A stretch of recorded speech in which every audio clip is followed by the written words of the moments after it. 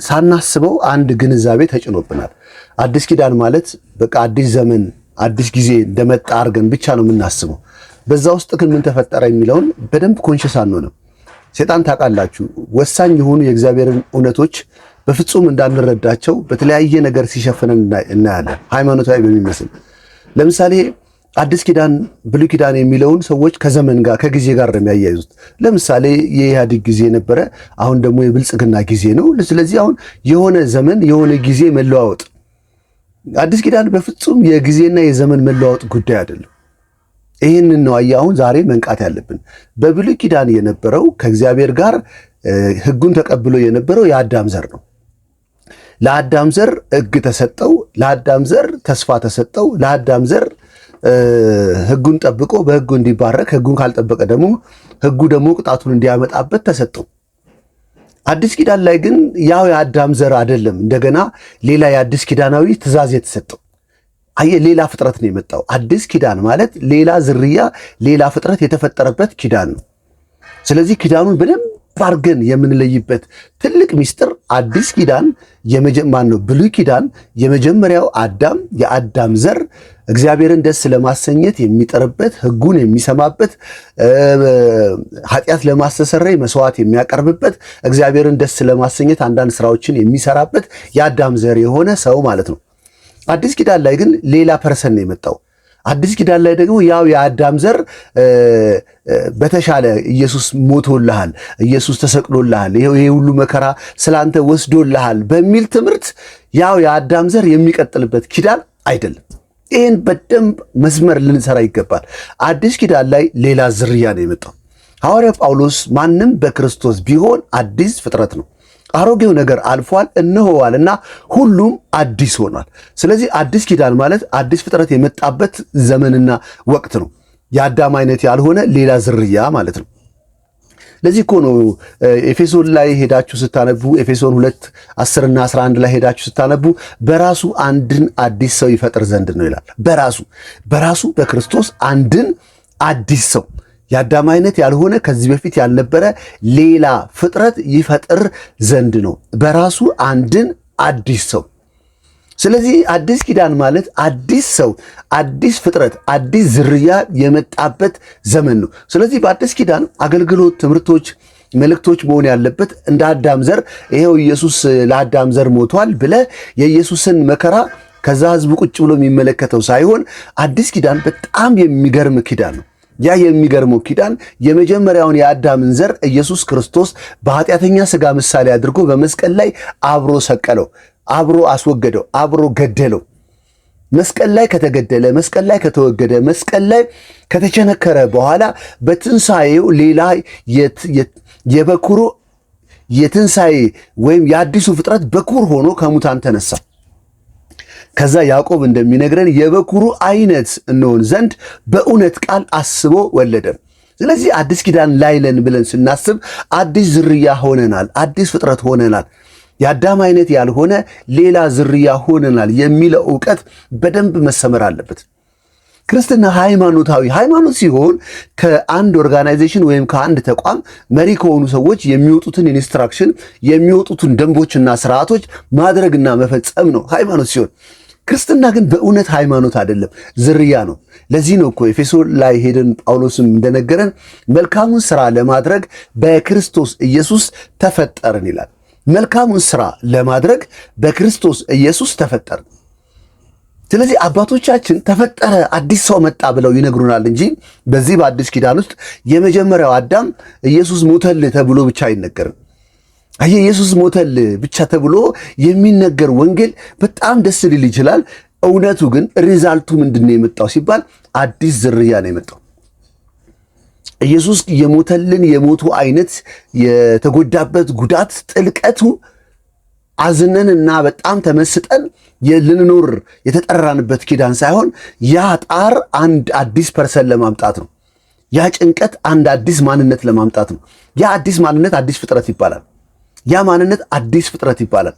ስለዚህ ወገኖቼ ክርስትናን ጀስት የሆነ ከብሉይ ኪዳን ወደ አዲስ ኪዳን ተሸጋገርን ብለን ልክ ከአንድ የፖለቲካ አመራር ከባይደን ዘመን አሁን አሜሪካ ወደ ትራምፕ ዘመን ተሸጋገረ።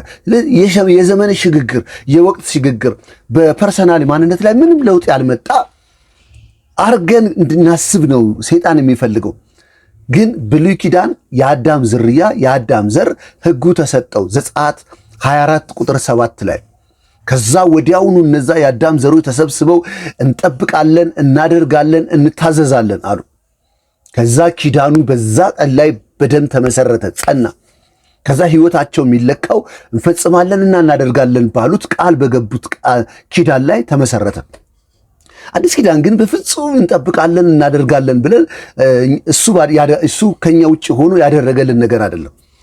ክርስትና የእውነት እላችኋለሁ ሐዋርያ ጳውሎስ እንደዚህ አለ ገላትያን ምዕራፍ 2 ቁጥር 20 ላይ ከክርስቶስ ጋር ተሰቅያለሁ፣ አሁን እኔ ሕያው ሆኜ አልኖርም፣ ክርስቶስ በእኔ ሕያው ሆኖ ይኖራል። ይሄ አሮጌው ማንነት የአዳም ዘር የመጀመሪያው ሰው አዳም ማንነቴ ከክርስቶስ ጋር ተሰቅሏል፣ ከክርስቶስ ጋር ተወግዷል፣ ከክርስቶስ ጋር ተቸንክሯል፣ መስቀል ላይ አብቅቶለታል። አሁን አለና እኔ የመጀመሪያው አዳም አልኖርም። እና ታዲያ ማን ነው የሚኖረው? አሁን ክርስቶስ የሚኖርበት ኒው ክሪኤሽን ስታንዳርድ መጥቷል። አዲስ ፍጥረት ደረጃ መጥቷል። አዲስ ፍጥረት የሆንበት ማንነት መጥቷል። ክርስትናን በዚህ ልክ በዚህ ዴብዝ ልንረዳው ይገባል። እኔ ማታ ነው እያሰብኩ እያለሁ ዛሬ ግን አዲስ ኪዳንና ብሉይ ኪዳን ብለው ሰው ስናስብ ምን ብለን ነው እያሰብን ያለ ነው?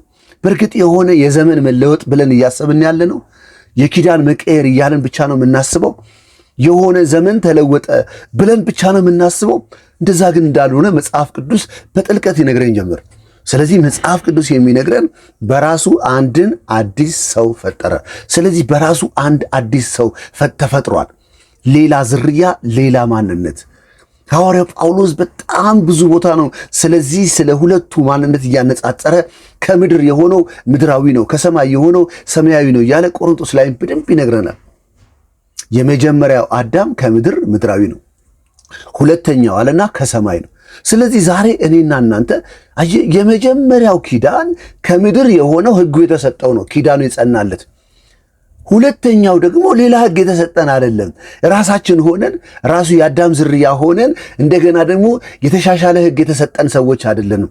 ያንን ኢየሱስ ክርስቶስ በኃጢአተኛ ሥጋ ምሳሌ ሆኖ አስወግዶታል፣ ሰቅሎታል፣ ቸንክሮታል። የኛ ፓርት መሆን እንዳይችል የኛ የማንነታችን ክፍል መሆን እንዳይችል አስወግዶታል። አሁን ማንም በክርስቶስ ቢሆን አዲስ ፍጥረት ነው። አሮጌው ነገር አልፏል። የአዳም ዝርያ አልፏል። ስለዚህ አሁን እኔና እናንተ ዳግም የተወለድን ሰዎች በሁለት ማንነት ውስጥ እየኖርን አይደለም። በአዳማዊ ማንነት ውስጥ ከዛ እንደገና በአዲስ ፍጥረት ማንነት ውስጥ የምንኖር ሳይሆን ጳውሎስ እንደነገረን ማንም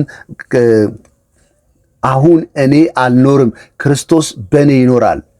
ከክርስቶስ ጋር አንዱ ማንነቴ ተሰቅሏል። ስለዚህ የአንድ አገልጋይ ትልቅ ጥንካሬ የሚወሰነው አሮጌው ማንነት የአዳም ዝርያ መሰቀሉን ስትረስ ሰጥቶ ሐመር አድርጎ በተደጋጋሚ ለቅዱሳን ማስተማር አለበት፣ ለቅዱሳን መነገር አለበት። አሮጌው ማንነት ተወግዷል። ኃጢአትን ለማቆም የማይችለው ማንነት ተወግዷል። ከመንፈስ ጋር መስማማት የማይችለው ማንነት ተወግዷል። ስጋ በመንፈስ ላይ መንፈስ በስጋ ላይ የሚመኘው የሚቃወመው መቼም ቢሆን የእግዚአብሔርን መልካምነት ማድረግ የማይችለው ከተፈጥሮ ኃጢአተኛ የሆነው ማንነት ተወግዷል። አሁን በክርስቶስ አዲስ ፍጥረት ሆነናል። ሁሉም አባቶቻችን የሚነግሩን ያዕቆብ የሚነግረን የበኩሩ አይነት እንድንሆን በእውነት ቃል አስቦ ወለደን ይላል። የበኩሩ አይነት በኩሩ ክርስቶስ ነው። የትንሣኤው ጌታ ልክ ከሙታን ሲነሳ የአዲሱ ፍጥረት በኩር ሆኖ ተነሳ። ከዛ የበኩሩ አይነት አድርጎ እኛን በራሱ ፈጠረን። ልክ አዳም ከሱ በወጣው ጥቂት አጥንት ሔዋን ተደርጋ እንደተሰራችው ከኢየሱስ በሆነ ኮምፖናንት አዲሱ ፍጥረት ተፈጥረናል። አዲሱ ማንነት ተፈጥረናል። ጴጥሮስም የሚነግረን እኮ ደሴም ነገር ነው እየነገረን ያለው። ዳግመኛ የተወለዳችሁት በሕያውና ለዘላለም በሚኖር ከማይጠፋ ዘር ከእግዚአብሔር ቃል ተወልዳችኋል። ስጋ አለና ይሄ የመጀመሪያው ማንነት እንደ ሳር ነው። ክብሩ እንደ ሳር አበባ ነው። ዛሬ ታይቶ ነገ ይጠወልጋል። የእግዚአብሔር ቃል ግን ለዘላለም ይኖራል። በወንጌል የተሰበከላችሁ ለዘላለም የሚኖር ነው። በወንጌል የተሰበከላችሁ ይሄ ነው። ስለዚህ አባቶቻችን በወንጌል የሰበኩልን የማይጠፋ ዘር መጥቷል ብለው ነው የሰበኩልን። ሐዋርያው ዮሐንስም እኮ በዮሐንስ መልእክቱ ላይ የሚነግረን ይህን ነው። 3:1 ላይ የእግዚአብሔር ልጆች ተብለን ልንጠራ አብ እንዴት ያለውን ፍቅር እንደሰጠን እዩ፣ እንዲሁም ነን። ዓለም እሱ ኢየሱስን ስላላወቀ እኛንም አያውቀንም። አሁን ግን ገና ምን እንደምንሆን አልታወቀም። ቢገለጥ ግን እሱን እንዳለ እናየዋለን፣ እሱን እንድንመስል እናውቃለን። ቁርጥ እሱን ነው የምንመስለው እያሉ ሐዋርያው ዮሐንስ ይነግረናል። እሱ በላይ እንዳለ እኛ እንዲሁ በምድር ነን ይላል። ስለዚህ ወገኖቼ አዲስ ፍጥረት ነን፣ ሌላ ዝርያ ነን። የአዳም ዘር ሆነን የሥነ ምግባር ኮሌጅ የወሰድን ሰዎች አይደለንም። የአዳም ዝርያ ሆነን ቸርች መተን የተሻሻልን ሰዎች አይደለንም። የአዳም ዝርያ ኢየሱስ ክርስቶስ በመስቀል ላይ በእግዚአብሔር አሰራር ተወግዷል፣ ሰቅሎታል። የኛ ማንነት መሆን እንዳይችል ከማንነታችን ተባረሯል። ልክ እስማኤል በይስሐቅ ቤት ውስጥ እንደተባረረ ከዛ በኋላ ይስሐቅ በቤቱ በነጻነት እንደኖረ በነጻነት እንደተመላለሰ ዛሬም በእኔና በእናንተ ሕይወት ውስጥ አሮጌው ማንነት አዳማዊ ማንነታችን የመጀመሪያው ሰው ማንነት ተወግዷል፣ በመስቀል ላይ ተሰቅሏል። አሁን ማንም በክርስቶስ ቢሆን አዲስ ፍጥረት ነው። አዲስ ፍጥረት፣ አሮጌው ነገር አልፏል፣ እነሆ ሁሉም አዲስ ሆኗል። ኒው ብራንድ፣ ከዚህ በፊት ያልነበረ የአዳም ዝርያ አይነት ያልሆነ ሌላ ፍጥረት ሆነናል። ስለዚህ ብሉይ ኪዳን ብለን ስናስብ የመጀመሪያው አዳም ስርዓት የተሰጠው 10ቱ ትእዛዛት የተሰጠው የሚጠብቀውና የሚያደርገው ነገር የተሰጠው የሚያመልክበት ቦታ የተነገረው የሚያመልክበት አቅጣጫ የተነገረው የሚሰግድበት ቦታ የተነገረው የሚሰዋውን ነገር በእጁ ይዞ የሚመጣ ሁለተኛው ማንነት አዲስ ኪዳን ላይ ግን የመጣው ሌላ ዝርያ ነው። በክርስቶስ የተፈጠረ ማንነት። ያ ማንነት በራሱ ቅዱስ ነው። ያ ማንነት በራሱ ጻድቅ ነው። ያ ማንነት በራሱ የእግዚአብሔር ፍቅር አለው። ያ ማንነት በእግዚአብሔር ዘንድ ዓለም ሳይፈጠር በፊት የተመረጠ ነው። የሆነ ነገር ሲጠብቅ አይሻሻልም። የሆነ ነገር ሲያደርግ መልካም አይሆንለትም። በማንነቱ ንጹሕ ነው። በማንነቱ ጻድቅ ነው። ዓለም ሳይፈጠር በፊቱ ቅዱሳንና ነውር የሌለን በፍቅር እንሆን ዘንድ በክርስቶስ መረጠን። ስለዚህ ዓለም ሳይፈጠር በእግዚአብሔር ፊት የተመረጠው ቅዱስና ንጹሕ የሆነው ማንነታችን አዲሱ ፍጥረት ማንነታችን ነው። ስለዚህ አዲስ ኪዳንና አሮጌን ኪዳን ስታስቡ አዲስ ዝርያና የመጀመሪያውን ዝርያ እንድታስቡ በደንብ እንድታስተውሉ ይሄን መናገር እፈልጋለሁ። ጌታ ኢየሱስ ክርስቶስ መንፈስ ቅዱስ የዚህን ቃል መገለጥ በጌታ በኢየሱስ ስም እንዲያበራላችሁ ጸልያለሁ። በመንፈስ ቅዱስ ካልተረዳችሁት በስተቀር ይሄ የእግዚአብሔር እውነት በእናንተ ሕይወት ላይ የሚጠቅምና የሚሰራ መሆን አይችልም። ስለዚህ ጌታ ሆይ እኔ አሁን ጸልያለሁ፣ የልቦና አይኖቻቸው ይከፈት፣ የልቦና አይኖቻቸው ይከፈት። አንተ የጠራህን ተስፋ ምን ያህል እንደሆነ ለቅዱሳን ያለውን የርስት ክብር ምን ያህል እንደሆነ ታውቁ ዘንድ የልቦናችሁ አይኖች እንዲከፈቱ ጸልያለሁ እንዳለ መንፈስ ቅዱስ አሁን ይህን ድምፅ በሰሙት ሁሉ ላይ የልቦና አይኖቻቸው ይከፈት። መለኮታዊ መረዳት በኢየሱስ ስም ያገኛቸው። አንተ የሰራኸውን ስራ፣ አንተ ያመጣውን አዲሱን ፍጥረት በአንተ መገለጥ እንዲረዱት በኢየሱስ ስም ጸለይኩኝ። ተባረክ።